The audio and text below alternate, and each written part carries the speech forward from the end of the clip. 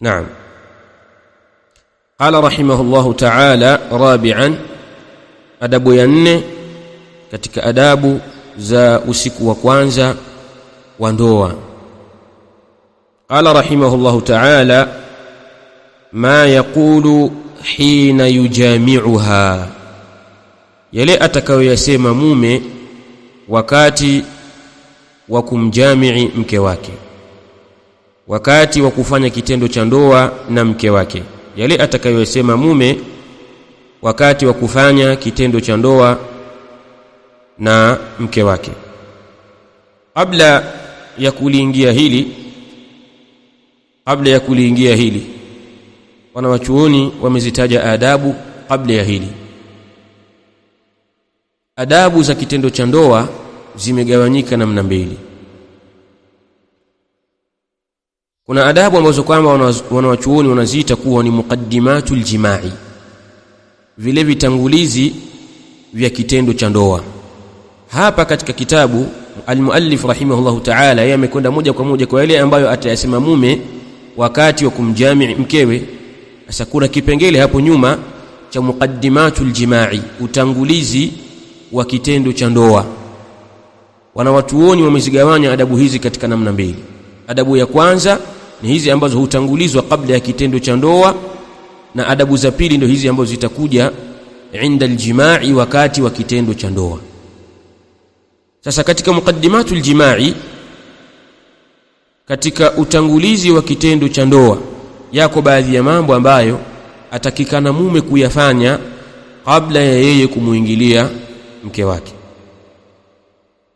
قال القاضي الشيخ محمد ابن أحمد كنعان رحمه الله تعالى, أمسيما القاضي الشيخ محمد ابن أحمد كنعان رحمه الله تعالى كما إليفيو كتك كتاب أصول المعاشرة الزوجية. قال رحمه الله تعالى إن أساس السعادة في الحياة الزوجية, hakika msingi wa mafanikio katika maisha ya ndoa, msingi wa mafanikio na msingi wa furaha katika maisha ya ndoa, huwa injisamu zawjaini hina almubadaa, msingi mkubwa ni kuwafikiana kifikra na kupeana maneno mazuri wanandoa wawili, hina almubadaa, wakati wa kitendo cha ndoa. Inatakikana mume na mke waafikiani kifikra, fikra zao hawa wanandoa wawili ziwe pamoja, ziwe na muwafaka kabla ya kuingia katika kitendo cha ndoa. Hilo ni jambo la msingi sana kulizingatia. Fikra zake utazileta vipi kuwa pamoja na za kwako? Kwa kumwambia maneno mazuri, kwa kumwambia maneno matamu, maneno ya kumkaribisha na kumuondoa hofu na wasiwasi alionao katika nafsi yake. Wa akhdhu kulli minhuma mut'atahu min al-akhar, na kila mmoja kuchukua starehe yake kutoka kwa mwingine. Kila mmoja atakikana amstareheshe mwenzie bi aqsa ma yastati'u, kwa kiwango cha juu zaidi, au kwa upeo wa mbali, kwa vile atakavyoweza, kwa kadri atakavyoweza. Kwa hivyo ajitahidi mume kumstarehesha mkewe kwa kiwango atakachoweza, na mke pia kadhalika ajitahidi kumstarehesha mumewe kwa kile kiwango atakachoweza. Walikai takuna almubada'atu mus'ida lizawjaini, na ili kiwe kitendo cha ndoa ni kizuri kwa wanandoa wawili, fala budda min muraati umuri, hapana budi kuchungwa baadhi ya mambo. Awalan, jambo la kwanza ili kitendo cha ndoa kiwe kizuri baina ya wanandoa wawili, jambo la kwanza la kuchunga ni at-tazyinu wat-tatyibu, ni kujipamba na kujipaka manukato. Atakikana mume ajipambe vizuri kwa ajili ya mkewe, kadhalika mke ajipambe vizuri kwa ajili ya mume wake. Wajipambe hawa wanandoa wawili, kadhalika wajipake manukato. Hili ni jambo linalopelekea kitendo cha ndoa kuwa ni kizuri na kufurahi kila mmoja miongoni mwao.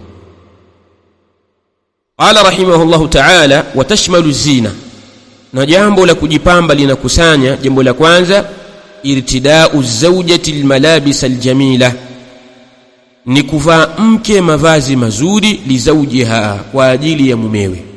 Mke atakikana kuvaa mavazi mazuri kwa ajili ya mumewe.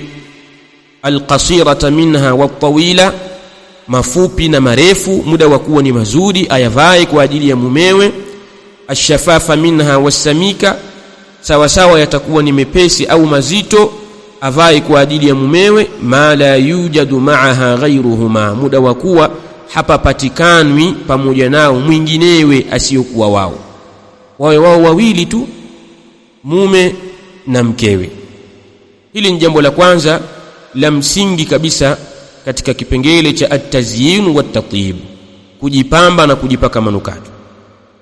Jambo la pili, al-i'tina'u binadhafati jasadiha wa famiha, ni kutilia umuhimu kusafisha mwili wake na kinywa chake. Mume asafishe mwili wake kwa ajili ya mke wake, hali kadhalika mke asafishe mwili wake kwa ajili ya mume wake. Hali kadhalika katika upande wa kinywa, kinywa cha mume kiwe safi na kinywa cha mke wake kadhalika kiwe safi, ili wapate furaha ya kitendo cha ndoa. Thalithan, jambo la tatu, izalatu raihati alkariha, ni kuondosha harufu mbaya, harufu chafu, min ibtaiha, kutoka katika makwapa yake.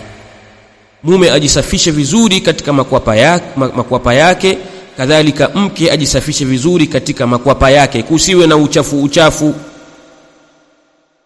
Rawa ibn Jarir at-Tabari rahimahullahu ta'ala, amepokea hadith al-Imam ibn Jarir at-Tabari rahimahullahu ta'ala, anna ibn Abbas radhiyallahu ta'ala anhuma, ya kwamba ibn Abbas radhiyallahu ta'ala anhuma kana yaqulu, alikuwa akisema, inni, hakika mimi, la uhibbu an atazayyana limraati, mimi ninapenda kujipamba kwa ajili ya mke wangu, kama uhibbu an tatazayyana li, kama vile ambavyo mimi ninapenda yeye ajipambe kwa ajili yangu mimi. Ibn Abbas as-sahabi al-jalil, sahaba mtukufu huyu, anasema mimi ninapenda kujipamba na kujiremba, kujiweka vizuri kwa ajili ya mke wangu, kama vile ambavyo ninapenda yeye ajipambe kwa ajili yangu mimi.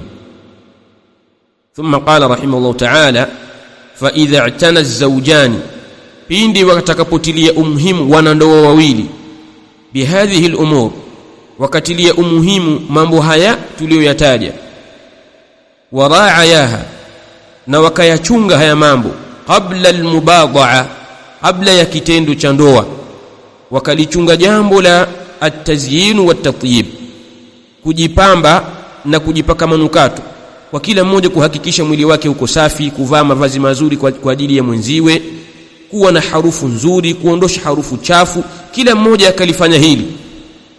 Fa innahuma yakunani qad haqqaqa ahamma asbabi saada, kwa hakika hawa wawili watakuwa wamehakiki zile sababu za kupata furaha katika maisha ya ndoa yao. Wallahu tabaraka wa taala a'lam.